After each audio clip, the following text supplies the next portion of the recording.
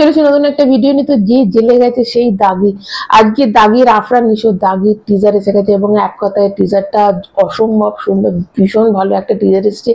অনেকে এতদিন অনেক কৌতূহল ছিল যে কেন আফরান নিশো সিনেমা করছে না, আফরান নিশো তাহলে চান্স পাচ্ছে না, এরকম সব কিছু কৌতূহলের আজকে অবসান ঘটিয়ে এসে গেছে দাগির টিজার। এবং এক কথায় কি বলবো, অসম্ভব ভালো লাগলো, যেমন সিনেমাটোগ্রাফি তেমন কালার গ্রেডিং তেমন বিজিএম, এবং তার সাথে রয়েছে এখানে নিশোর যখন এন্ট্রিটা হচ্ছে ধোঁয়ার মধ্যে দিয়ে, অনেকটা সেই পাঠানের মানে শাহরুখ খানকে মনে পড়ে গেল সেই ধোঁয়ার মধ্যে দিয়ে পাঠানের এন্ট্রি, এখানেও সেরকম এন্ট্রি হচ্ছে। গল্পটা তো দেখো অনেক লুকিয়ে করা হয়েছে গল্পটা, যেটা আমাদের কাছে টিজারে কিছুই বোঝাচ্ছে না। তবে যতদূর যা বোঝা গেল যে তার বাবা তাকে বলেছিল, এখানে তার নাম নিশান হয়েছে, নিশানকে বলেছিল যে এমন কিছু করো যাতে তোমার জীবনের উদ্দেশ্য খুঁজে নিতে, তো সেই জীবনের উদ্দেশ্য পেয়ে গেছে।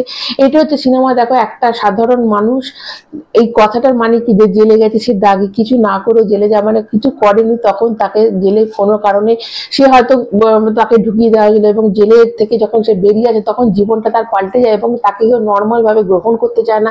জীবনটা জেলে যাওয়ার আগে একরকম ছিল, জেলে যাওয়ার পরে একরকম। তো তারপর থেকে তার জীবনটা কি ঘুরে যাচ্ছে আমার মনে হয় সেটা নিয়ে গল্পটা। এটা আমি জাস্ট ইমাজিন করছি যে হয়তো এইভাবে তার গল্পটা প্রেজেন্টেশন হয়েছে, বা এটা হতে পারে সে এমন কিছু। দেখো একটা জায়গায় একটা দরজা খুলে অনেক বাচ্চাকে বার করছে এবং অনেক বাবা মা আশীর্বাদ করছে, তো এটা কোথাও হচ্ছে এখানে চাইল্ড ট্রাফিকিং হয়তো আছে, সেভাবে কোনো একটা বাচ্চাকে সে বাঁচাতে গেছে, বাচ্চাদের গ্রুপকে, তো সেটা হয়তো নেতা মন্ত্রীরা অনেক তাকেই ফাঁসিয়ে দিয়েছে উল্টে। তো তারপর হয়তো তার একটা গার্লফ্রেন্ড আছে যেটা দেখালো, তো সেখান থেকে বেরিয়ে আসার পর তার জীবনটা যে পাল্টে যাচ্ছে, তার মেয়েটাকে হয়তো মার্ডার করে দিচ্ছে, বা মেয়েটাকেও দেখালে একটা কোথাও ধরা হয়েছে। তো সব মিলিয়ে যেটা মনে হচ্ছে যে তার জীবনটা জেলের আগে একরকম, জেলের পরে একরকম। এবং দেখো জেলের মধ্যে কিন্তু সে মার খাচ্ছে, আমরা দেখছি হিরো সাধারণত মারে আমরা দেখি, কিন্তু সে মার খাচ্ছে, তার মানে বোঝা যাচ্ছে যে সে একটা খুব নিরীহ প্রকৃতির লোক ছিল, এবং জেল থেকে বেরিয়ে আসার পর কিন্তু তার জীবনটা পুরোপুরি পাল্টে যায়। তখন সে একটা এম নেয় যে সে ভালোর জন্য লড়বে, দুষ্টের দমন করবে। তো যেটা দেখে মনে হলো, এবং চুলের হেয়ার কাটিং এবং এক্সপ্রেশন দুর্ধট লেগেছে। এবং একটা জায়গায় সে আগুনে একটা রোল যাচ্ছে, সেখানে মানে একটা কাঠের পাটার মধ্যে আগুন ধরেছে, একটা দোলনার মধ্যে আগুন ধরেছে, মানে এগুলো দেখে মনে হচ্ছে কি সিনেমাটোগ্রাফি কি মানে তৈরি করেছে সিয়াব। কারণ এরপর থেকে একজন বিখ্যাত একজন মানে যে পরিচালক হয়ে যাবে, নো ডাউট হয়ে যাবে। এবং প্রতিটা ফ্রেম বাই ফ্রেম কিন্তু একদম পারফেক্ট। আমি তো ভাবছি যে বরবাদের সঙ্গে যদি কেউ টক্কর দিতে পারে অবশ্যই সেটাই দাগি।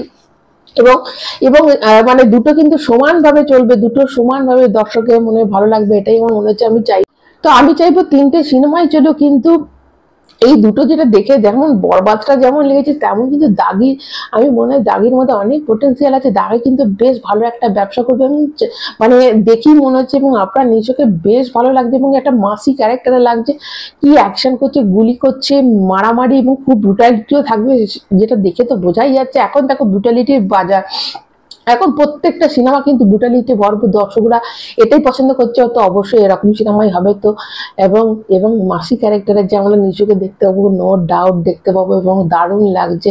তোমাদের কেমন লেগেছে নিশোর মানে অভিনয়টা কেমন লেগেছে অবশ্যই কমেন্ট করে জানাবে। তোমাদের মতে কি বরবাদকে কি টক্কর দিতে পারবে অবশ্যই কিন্তু কমেন্ট করে জানাবে। যারা নতুন তারা চ্যানেলটা সাবস্ক্রাইব করবে, একটা লাইক দিয়ে যাবে। সবাই ভালো থাকবে, এখনকার মতো টাটা।